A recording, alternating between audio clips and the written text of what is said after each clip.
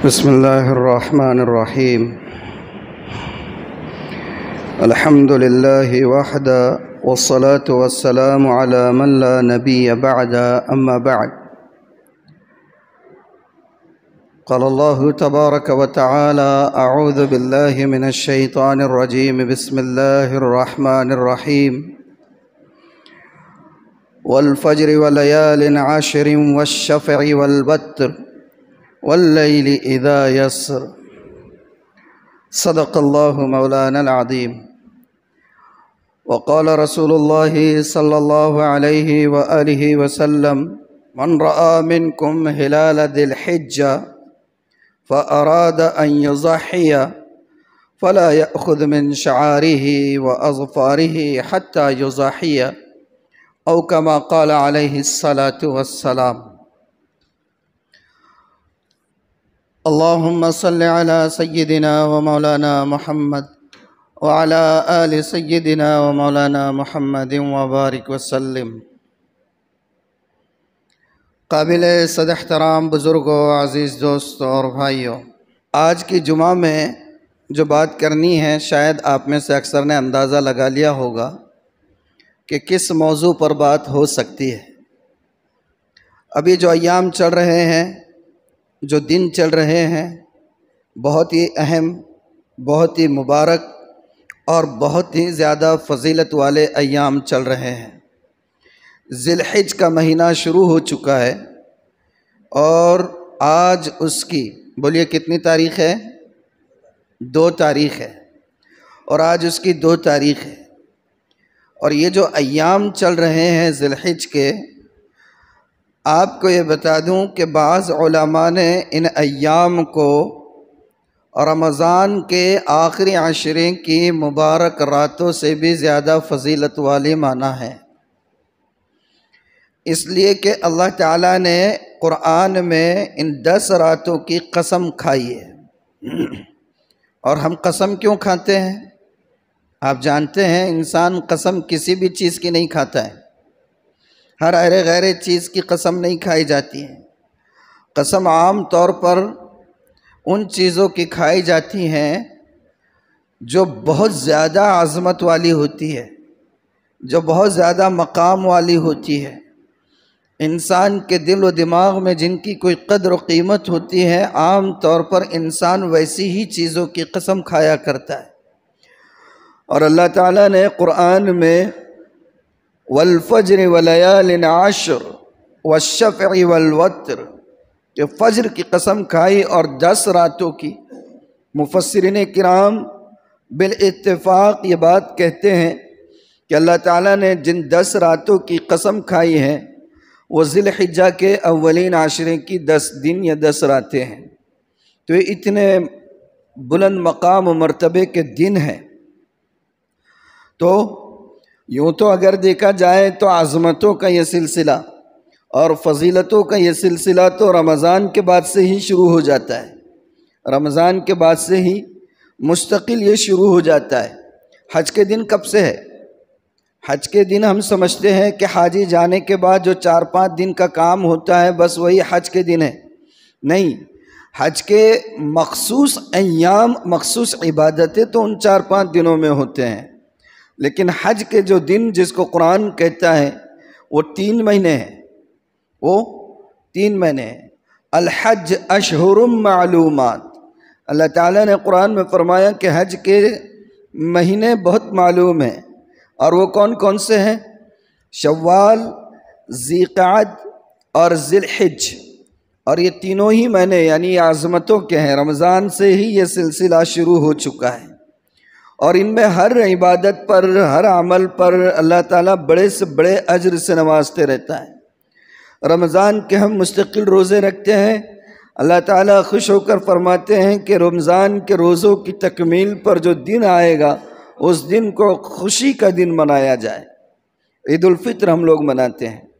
اور اسی طریقے سے حج کی تکمیل پر جو دن آتا ہے اس پر بھی خوشی منائی جاتی ہے، اس کو عید الاضحیٰ کہتے ہیں. تو بہرحال یہ 10 دن بہت عظمت والے ہیں. اللہ نے ان کی قسم بھی کھائی ہے. اور اس میں عبادتوں کا ثواب بہت بڑھ جاتا ہے، روزوں کا ثواب بہت بڑھ جاتا ہے ان 10 دنوں میں۔ 10ویں دن نہیں رکھنا ہے، لیکن 9 دن رکھنا ہے صرف۔ 10ویں دن روزہ رکھے تو حرام ہے۔ 10واں دن کون سا ہے؟ 10واں دن عید کا دن ہے۔ عید کے دن روزہ رکھنا حرام ہے۔ کوئی اگر یہ بولے کہ نہیں 10 دن میں نے بہت عبادت کیا، روزے رکھا، اب تو آج اور بہت تلاوت کیا، بہت صدقہ کیا، بہت خیرات کیا، اب یہ جو 10واں دن ہے عید کا، آج تو اللہ کے شکرانے پہ میں روزہ رکھتا ہوں، تو اس کو کہا جائے گا کم بخت، یہ دین تیرے عقل سے چلنے والا نہیں ہے، حرام ہے روزہ۔ عید کے دن روزہ حرام ہے، چاہے وہ عید الفطر ہو یا عید الاضحیٰ ہو۔ عید الاضحیٰ اور عید الفطر کے دن روزہ رکھنا حرام ہے۔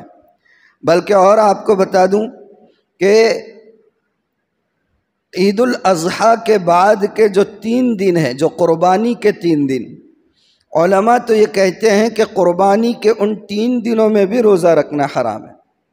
اس لیے کہ حدیث پاک میں ہے، اللہ کے رسول صلی اللہ علیہ وآلہ وسلم فرماتے ہیں کہ ایام تشریق دراصل اللہ کی مہمانی کے ایام ہیں۔ اس میں اللہ تعالیٰ اپنے بندوں کی ضیافت فرماتے ہیں، خوب گوشت دلاتے ہیں، لالا کے سب دیتے کہ نہیں بھائی، نہیں بھی قربانی کرا غریب سے غریب نے بھی تو گوشت اس کے پاس آتا کہ نہیں؟ کون بھجواتا ہے؟ وہ اللہ تعالیٰ بھجواتے ہیں۔ اللہ تعالیٰ کی مہمانی اور ضیافت کے دن ہے یہ۔ ان دنوں میں گوشت کھانے پر ثواب بھی زیادہ ہے۔ گوشت کھانے پر اپنے کو تو ایسی موقع چاہیے، کھانے بھی ہونا، ثواب بھی مل جا رہا۔ بہرحال تو یہ جو عید کے 3 دن ہیں عید کے بعد کے، اس میں بھی روزہ نہیں رکھ سکتے۔ باقی جو چاہیں عبادتیں کریں، ان کا ثواب بڑھ جاتا ہے۔ ان 10 دنوں میں سے کسی دن میں روزہ رکھنے کا ثواب علماء نے لکھا ہے گویا سال بھر روزہ رکھنے کے ثواب کے برابر ملتا ہے۔ کتنا ملتا ہے؟ سال بھر۔ اور خاص طور پر عرفہ کے دن کے روزے کی بڑی فضیلت۔ عرفہ کب آتا؟ یوم عرفہ 9 تاریخ کو۔ 9 تاریخ کو روزہ رکھنے کی بڑی فضیلت حدیث میں ہے۔ آپ کو بتا دوں کہ اللہ کے رسول صلی اللہ علیہ وآلہ وسلم نے فرمایا کہ عرفہ کے دن روزہ رکھے گا اگر کوئی، تو اللہ تعالیٰ اس کے 1 سال پیچھے کے اور 1 سال آئندہ کے گناہ معاف فرما دیتے ہیں۔ کتنے گناہ معاف فرما دیتے ہیں؟ 1 سال پچھلے اور 1 سال آئندہ کے جو ممکنہ ہو سکتے ہیں وہ گناہ بھی معاف کر دیتے ہیں۔ اب ایک بات مجھے یاد آ رہی، شاید پچھلے سال بھی بولا تھا میں، اس بار بھی بول دیتا ہوں۔ عرفہ کے روزے سے ایک گارنٹی تو مل گئی، مگر پکی۔ کون سی گارنٹی؟ عرفہ کے روزے سے ایک گارنٹی مل جا رہی۔ کون سی گارنٹی مل رہی؟ بھئی اپنے کو پتہ ہے کیا کون کب مرے گا، کس کی موت کی تاریخ کب ہے، کب وقت متعین ہے، کوئی کہہ سکتا ہے؟ لیکن عرفہ کے روزے رکھ کے تو اللہ کے رسول نے فرمایا 1 سال پچھلے 1 سال آئندہ کے گناہ معاف ہوتے۔ مر گیا تو کہے کا آئندہ کے گناہ، مر گیا تو آئندہ کے ہے کیا؟ تو اگر عرفہ کا روزہ رکھ دیا تو مطلب یہ کہ 1 سال مل جاتا۔ اور اگر کسی نے عرفہ کا روزہ رکھا اور ٹپک گیا تو آپ آ کے میرا گلا نہیں پکڑنا، مولانا بولے تھے نا، گارنٹی کے ساتھ امید رکھنا، اللہ کی ذات سے امید رکھنا۔ حدیث قدسی ہے، اللہ تعالیٰ فرماتے ہیں انا عند ظن عبدی بی، کہ میں اپنے بندے کے ساتھ جیسا وہ میرے ساتھ گمان کرتا ہے ویسا معاملہ کرتا ہوں۔ تو اللہ کے ساتھ امید اچھی رکھنا۔ تو امید اگر ہے اور عرفہ کا روزہ بھی رکھے تو اللہ کی ذات سے یقین ہے کہ 1 سال کا موقع مل جائے گا، لیکن نہیں ملا تو یہ تقدیری بات ہے۔ کون سی بات ہے؟ تقدیری، اتفاقی نہیں ہے۔ کون سی بات ہے؟ تقدیری بات ہے، اس کا کچھ نہیں کیا جا سکتا۔ بہرحال اب ان 10 دنوں کے اندر 2-3 مخصوص عبادتیں ہیں، اس کے حوالے سے کچھ بات کرنی ہے۔ چلو کون کون سی ہیں مخصوص عبادتیں بتاؤ۔ پہلی عبادت جو ان 10 دنوں ہی میں ہو سکتی ہے، دوسرے دنوں میں نہیں ہو سکتی، کون سی ہے؟ جی، پہلی عبادت جو صرف ان 10 دنوں میں ہو سکتی، دوسرے سال کے پورے 12 مہینوں میں کسی دن میں نہیں ہو سکتی، پہلی عبادت حج۔ حج اسی مہینے میں ہوتی ہے، حج انہی 10 دنوں میں ہوتا ہے۔ حج کا سب سے بنیادی رکن کون سا ہے؟ حج کا سب سے بنیادی رکن فرض نمبر 1 وہ نیت ہوگا، چھوڑ دو۔ وقوف عرفہ، احرام، نیت، احرام اور وقوف عرفہ، یہ 3 چیزیں فرض ہے۔ حج میں کتنی چیزیں فرض ہیں؟ نیت، احرام، وقوف عرفہ۔ وقوف عرفہ کب ہوتا ہے؟ 9 تاریخ کو ہوتا ہے۔ وہ 1 سیکنڈ کے لیے بھی اگر کوئی وہاں سے گزر بھی گیا غروب سے پہلے تو اس کا وقوف مانا جائے گا۔ اگر اپنے پیروں سے نہیں گزرا، معلوم ہوا کہ ایک دم سیریس ہو گیا، کریٹیکل کنڈیشن میں ہے، اس کو اسٹریچر پر ڈال کر وہاں سے خالی وین میں گزار دیے تو بھی اس کا حج کا فرض ادا ہو جاتا۔ تو وقوف عرفہ کب ہوتا ہے؟ 9 تاریخ کو۔ ذی الحج کی 9 تاریخ ہی میں حج ہو سکتا ہے۔ سال کے 12 مہینے میں ہو سکتا ہے کیا؟ کوئی بولے گا خالی 1 دن ٹھہرائے تو حج ہو جاتا ہے، 1 دن ٹھہرے تو عرفہ میں میرے کو اللہ نے بہت دیے ہوئے، میں ذرا جاتا ہوں اور خاص طور پر 1 مہینے کا قیام کر کے آتا ہوں عرفہ میں، کتنے حج کا ثواب ملے گا مجھے بولو؟ ملتا 1 مہینہ نہیں، اگر وہ 1 دن چھوڑ کر باقی کے پورے کتنے دن ہوتے سال بھر میں؟ 360 یا جو بھی ہے، وہ 1 دن چھوڑ کر باقی پورے 350 دن بھی اگر عرفہ کے میدان میں کوئی پڑا رہے گا اعتکاف کی حالت میں تو بھی حج ہوگا کیا اس کا؟ یہ ہونے والا ہے۔ تو حج ان 10 دنوں کی مخصوص عبادت ہے۔ اور دوسری مخصوص عبادت کون سی ہے اس مہینے کی یا ان دنوں کی، جو صرف ان دنوں ہی میں ہوتی ہے؟ کون سی ہے؟ قربانی ہے۔ کون سی ہے؟ قربانی کا انداز بہت اچھا بتایا ہمارے عبدالرزاق بھائی نے۔ دوسری مخصوص عبادت جو صرف انہی دنوں میں ہو سکتی ہے وہ ہے قربانی۔ اب اگر کوئی بولے کہ یار سب ایک ہی دن یا 2-3 دنوں میں ہی سب مل کر قربانی کرتے رہتے ہیں، مجھے اللہ نے بہت دیا ہوا ہے، میں ذرا اچھا خاصا تگڑا جو ہے بکرا 4-5 لاکھ کا خرید کر یا 8-10 خرید کر جو ہے سال کے دوسرے دنوں میں قربان کرتا ہوں، تو نفلی جو ہے قربانی تو ہو سکتی ہے، لیکن واجب قربانی جو اس مہینے کے ان مخصوص ایام کی ہے اس کے طرف سے وہ ادا ہوگی، چاہے وہ 10 لاکھ کا نہیں 10 کروڑ کا بھی جانور خرید کر قربان کرے گا، ذبح کرے گا، تو اس کی قربانی ادا نہیں ہوگی۔ تو یہ 2 عبادتیں تو اس 10 دنوں کی مخصوص عبادتیں ہیں جو ان 10 دنوں کے علاوہ سال کے کسی بھی تاریخ میں ممکن ہی نہیں ہے، اور اگر کوئی کرے گا تو اس کا علاج یہ ہے کہ اچھا سا ریزرویشن نکال کے اس کو پونا روانہ کرنا پڑے گا۔ کہاں روانہ کرنا پڑے گا؟ پونا بولا پڑے گا کہ جا کے ذرا علاج کر کے آ جاؤ، پھر آپ جو ہے تو ایسی بہکی باتیں نہیں کرتے۔ تو یہ 2 عبادتیں ہو گئی۔ اب کرنا کیا ہے؟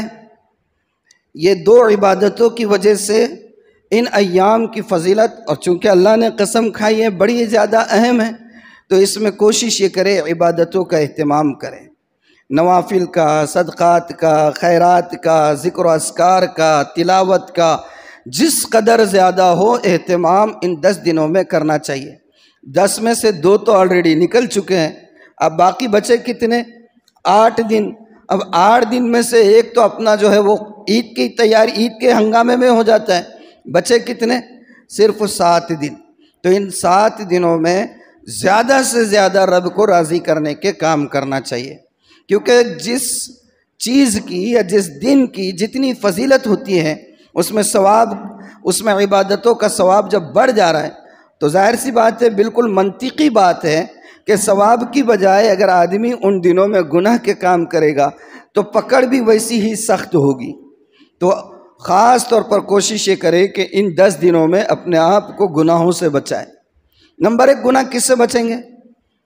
جمعہ کی تو پابندی کر لیتے الحمدللہ، اور مغرب کی بھی ہو جاتی زیادہ تر لوگوں کی، فجر، عصر، ظہر، عشاء، یہ نمازوں میں عام طور پر ہم ڈنڈی مار لیتے ہیں۔ یہ مخصوص ایام جو چل رہے ہیں یہ اتنے عظیم ہیں کہ اللہ رب العزت نے ان کی عظمت کی قسم کھائی ہے۔ باری تعالیٰ کسی چیز کی عظمت کی قسم کھائے تو آپ اندازہ لگائیں کہ وہ چیز کتنی فضیلت کی ہوگی۔ اللہ تعالیٰ نے ان کی قسم کھائی ہے، تو ان دنوں میں خاص طور پر کوشش کریں کہ نماز ہماری کوئی ضائع نہ ہو، ہماری کوئی نماز ضائع نہ ہو، بالخصوص فجر ہماری بالکل بھی ضائع نہ ہو، اور زیادہ سے زیادہ عبادتوں کا اس میں اہتمام کریں۔ اور ایک کام یہ کرنا ہے کہ جو حضرات قربانی کا ارادہ رکھتے ہیں، کس کا ارادہ رکھتے ہیں؟ قربانی کا ارادہ رکھتے ہیں، تو ان کے لیے مستحب کام کیا ہے؟ قربانی کا ارادہ کرنے والوں کے لیے، جی جزاک اللہ، قربانی کا ارادہ رکھنے والوں کے لیے مستحب کام یہ ہے کہ وہ اپنے کب تک بال نہیں کاٹنا ہے، ناخن نہیں کاٹنا ہے، کب تک نہیں کاٹنا ہے بولو؟ ہاں سبحان اللہ، قربانی ہونے تک، عید تک نہیں۔ ہاں بہت سے لوگ سمجھتے عید تک، اگر کوئی سمجھو 12ویں تاریخ کو قربانی کر رہا تو 12ویں تاریخ تک اس کی خود کی قربانی، خود کی بولے تو خود کے جانور کی، اس کے خود کے جانور کی قربانی ہونے تک ناخن یا بال نہیں کاٹنا ہے۔ پہلا کام تو یہ کرنا ہے، اور یہ کام کیا ہے؟ کیا ہے؟ مستحب ہے، فرض نہیں ہے، واجب نہیں ہے۔ لیکن کسی بھی کام کو یہ کہنا کہ مستحب تو ہے، فرض تھوڑی ہے، مستحب تو ہے، واجب تھوڑی ہے، مستحب تو ہے، سنت تھوڑی ہے، یہ غیرت ایمانی کے خلاف ہے۔ کس کے خلاف ہے؟ غیرت ایمانی کے خلاف ہے۔ اللہ کے رسول صلی اللہ علیہ وآلہ وسلم نے اس کا حکم دیا ہے۔ آپ کی سنت مبارکہ یہ تھی، ہم اگر اللہ کے رسول کے نام لیوا ہیں اور آپ سے محبت کا اگر دم بھرتے ہیں تو ہمیں آپ کے طریقوں میں، طریقے کے گراف کو نہیں دیکھنا ہے کہ اس کا درجہ فرض کا ہے یا واجب کا ہے یا سنت کا ہے یا مستحب کا ہے۔ ہمارے پیش نظر یہ ہونا چاہیے کہ یہ ہمارے محبوب نبی کی سنت ہے، بس اس پر ہم کو ہر طریقے سے عمل کرنا ہے۔ دنیا میں انسان کو جس سے محبت ہوتی ہے یا وہ جس کو اپنا رول ماڈل سمجھتا ہے یا بناتا ہے تو اس کے ہر طریقے کی نقل کرتے ہیں، نہیں کرتے؟ نوجوان طبقہ جس ایکٹر کو، جس سیلیبریٹی کو، جس فلم اسٹار کو یا کسی کو بھی، کسی سیاسی لیڈر کو اگر وہ اپنا رول ماڈل مانتے ہیں تو اس کی کاپی کرنا شروع کر دیتے، کرتے ہیں نہیں کرتے؟ آڑے ٹیڑھے بال رکھنا شروع کر دیتے ہیں، حالانکہ دکھتے کچھ بھی ڈیسنٹ نہیں ہے، مگر کرتے ہیں نا نقالی۔ تو اللہ کے رسول صلی اللہ علیہ وسلم کی بھی نقالی ہونا چاہیے۔ اور ایسا بھی دیکھا گیا ہے کہ جس سے محبت ہوتی ہے اس سے وابستہ چیزوں سے بھی محبت ہو جاتی ہے، محبوب کی گلیوں سے بھی محبت ہو جاتی ہے۔ نہیں بھئی یہ گلی میں بہت گزر رہا، کیوں گزر رہا بھئی؟ نہیں ہماری محبوبہ رہتی بھئی۔ وہ حضرت شیخ نے، شیخ الحدیث حضرت مولانا زکریا رحمۃ اللہ علیہ نے فضائل صدقات میں مجنو کے کچھ اشعار نقل کیے، مجنو کے، لیلا مجنو کا نام سنے نا؟ مجنو کے اشعار ہے عربی میں۔ مجنو کا نام کیا تھا؟ مجنو کا نام معلوم ہے کہ نہیں؟ قیس۔ مجنو کا نام کیا تھا؟ قیس تھا۔ مجنو عربی میں کہتے پاگل کو۔ وہ کالی کلوٹی لیلا کی محبت میں پاگل ہو گیا تھا۔ لیلا بہت خوبصورت نہیں تھی، مس ورلڈ یا مس یونیورس نہیں تھی، وہ بہت کالی کلوٹی تھی، مگر اس پہ دل آ گیا تھا اس کا۔ تو دل بھی کیسا آیا تھا، اشعار کیسے کہیں دیکھے انہوں نے، حضرت شیخ نے اس کو نقل کیا ہے۔ امر علی الدیار دیار لیلا، مجنو کہہ رہا ہے امر علی الدیار دیار لیلا، میں جو ہے گلیوں گلیوں گھومتا رہتا ہوں۔ کون سی گلیاں؟ لیلا کی گلیوں میں۔ امر علی الدیار دیار لیلا، میں لیلا کی گلیوں کے چکر کاٹتا رہتا ہوں۔ وَأُقَبِّلُ ذَا الْجِدَارَ وَذَا الْجِدَارَ، اور لیلا کے گھر اور اس کے اطراف کے گھر کی کبھی اس دیوار کا بوسہ لیتا ہوں تو کبھی اس دیوار کا بوسہ لیتا ہوں۔ لیلا کے نہیں، لیلا جو گھر میں رہتی وہ گھر کی دیواروں کے بوسے لیتا ہوں۔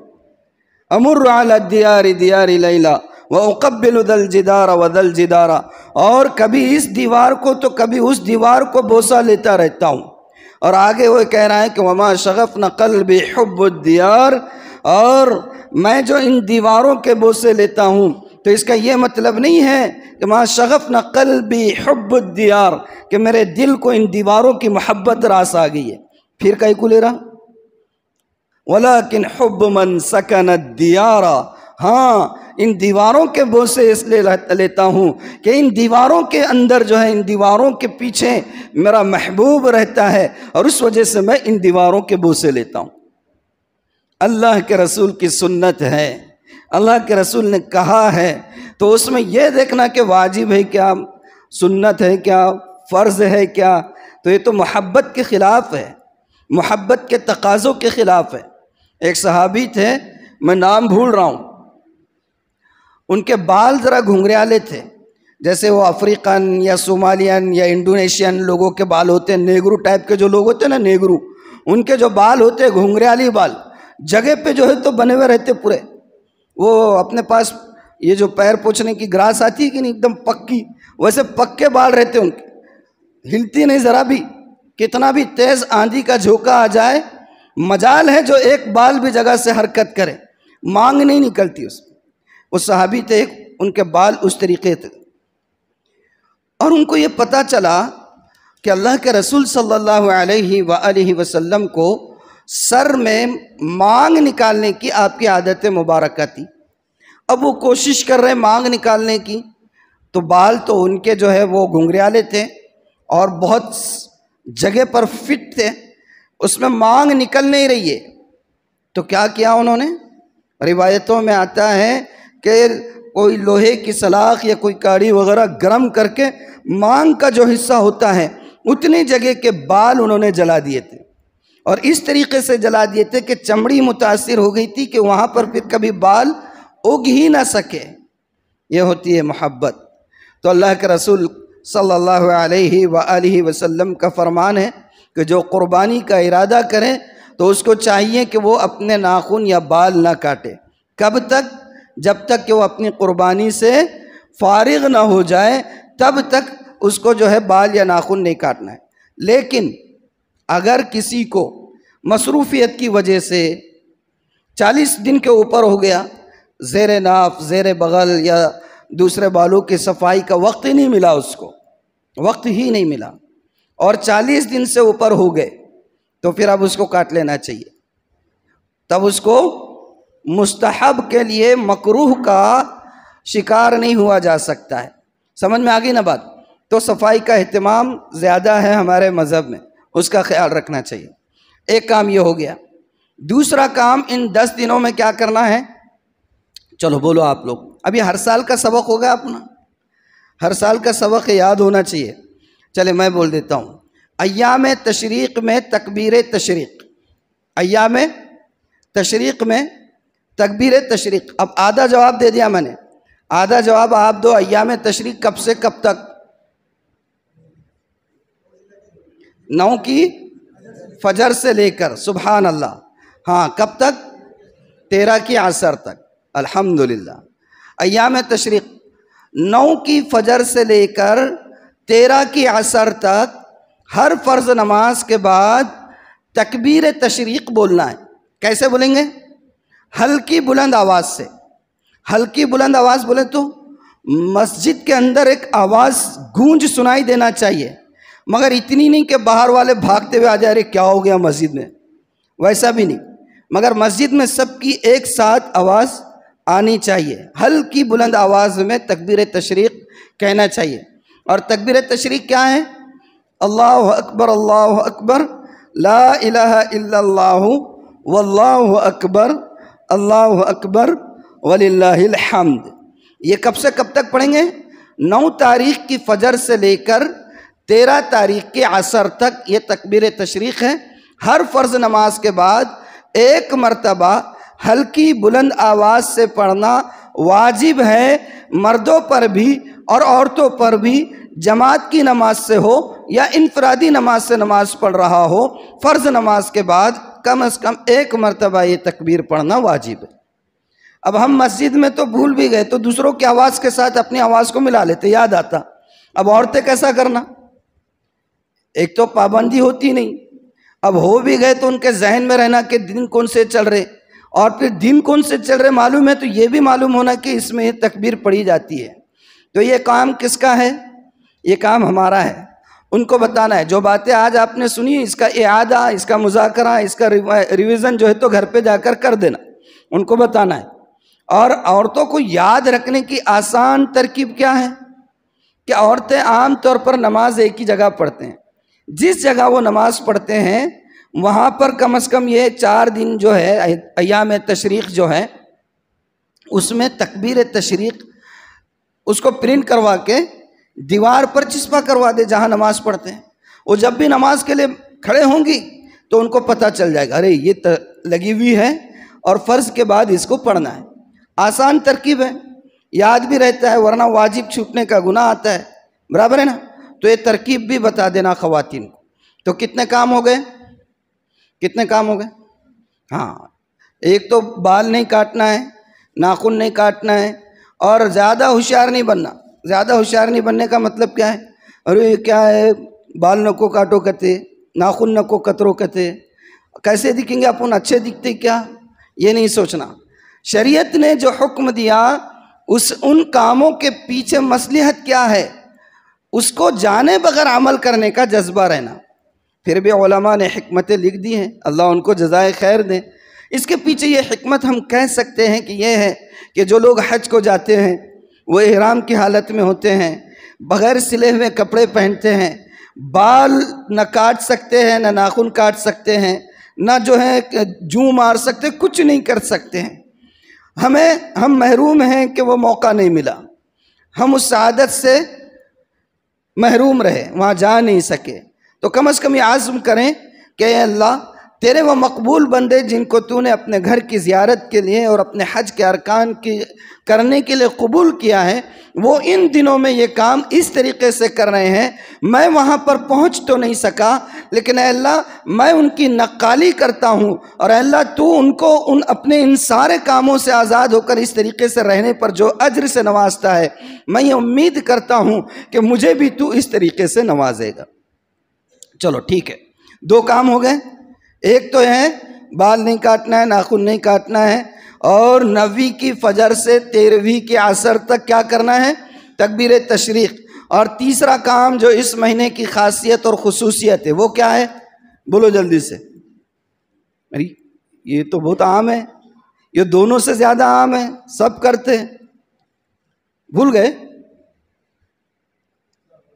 ہاں, قربانی. سارے جواب آج ادھر سے آ رہے. سبحان اللہ, پریپریشن بہت اچھا ہے ہمارا عبدالرزاق بھائی کا, اللہ جزائے خیر دے. تو قربانی کا عمل ہے. اب قربانی کرنا ہے, اور وہ کرنا ہے جس سے کرنے میں اپنی جواں مردی اور جہاں مردی نظر آتی ہے کہ نہیں. کون سی کرنی ہے قربانی؟ کون سے جانور کی کرنا ہے؟ اللہ نے اختیار دیا ہوا ہے. آپ کے لیے جانور کی تخصیص نہیں ہے کہ آپ پرٹیکولر یہی جانور کریں گے تو قربانی ہوگی.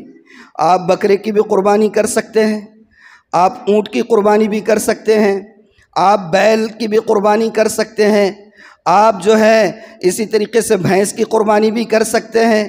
اور ایسا ہرگز نہیں ہے کہ ان میں سے کسی ایک جانور کی قربانی پر دوسرے جانوروں کی قربانی کے مقابلے میں زیادہ ثواب ہے. ایسا ہے کیا؟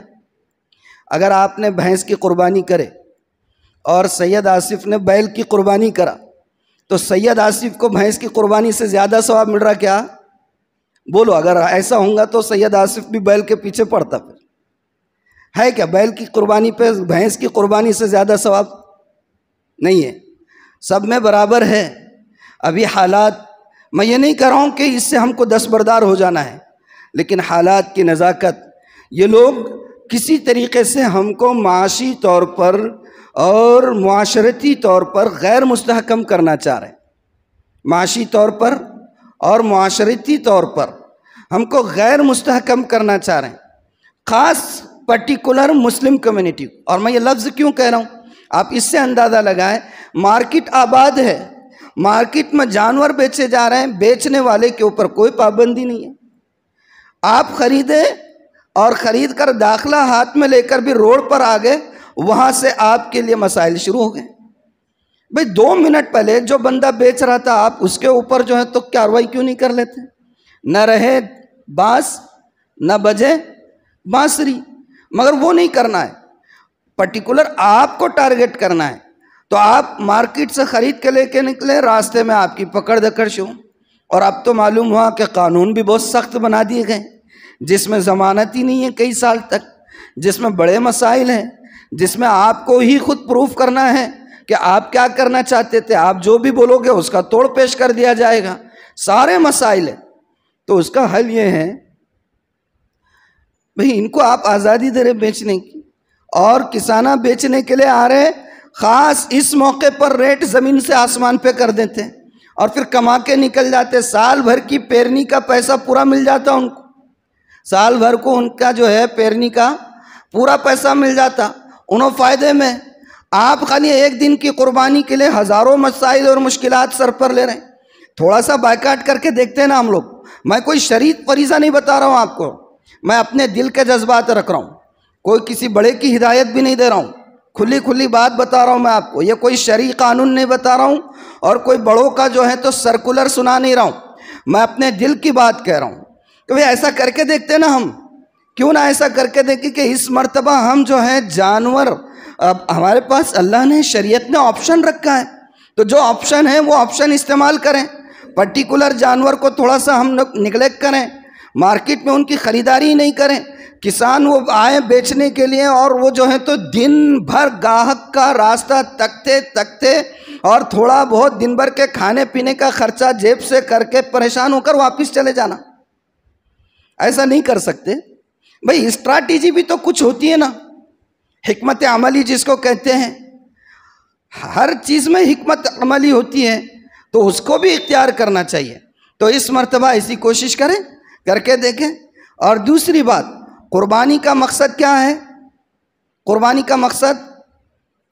کا مقصد ہے اللہ کے حکم کی تعمیل اور اللہ کی رضا۔ بڑا جانور خرید کے اس کی نمائش کرنا یہ ثواب کا کام نہیں ہے، ریاکاری ہے۔ اب آپ بولیں گے ہمارے دل کا حال اللہ کو معلوم ہے، ٹھیک ہے آپ کے دل کا حال اللہ کو معلوم ہے، لیکن اتنے ہنگامے میں آپ وہی کام کیوں کر رہے ہیں جس کی وجہ سے دوسروں کو لگا کہ یہ ریاکاری کا کام ہے؟ تو آپ اگر اچھے سے اچھا بھی کر رہے ہیں کریں آپ، لیکن اس کی نمائش جس کی وجہ سے مسائل پیدا ہو، جس کی وجہ سے مشکلات ہو، یہ نہیں کرنا چاہیے۔ اور صفائی کا خیال رکھیں، آئندہ جمعہ باقی ہے اس پر اس وقت بات کروں گا۔ تو یہ 2-4 چیزیں ہیں ان 10 دنوں کی، اس کے اوپر عمل کریں، اللہ تعالیٰ عمل کی توفیق عطا فرمائے۔ وآخر دعوانا الحمد۔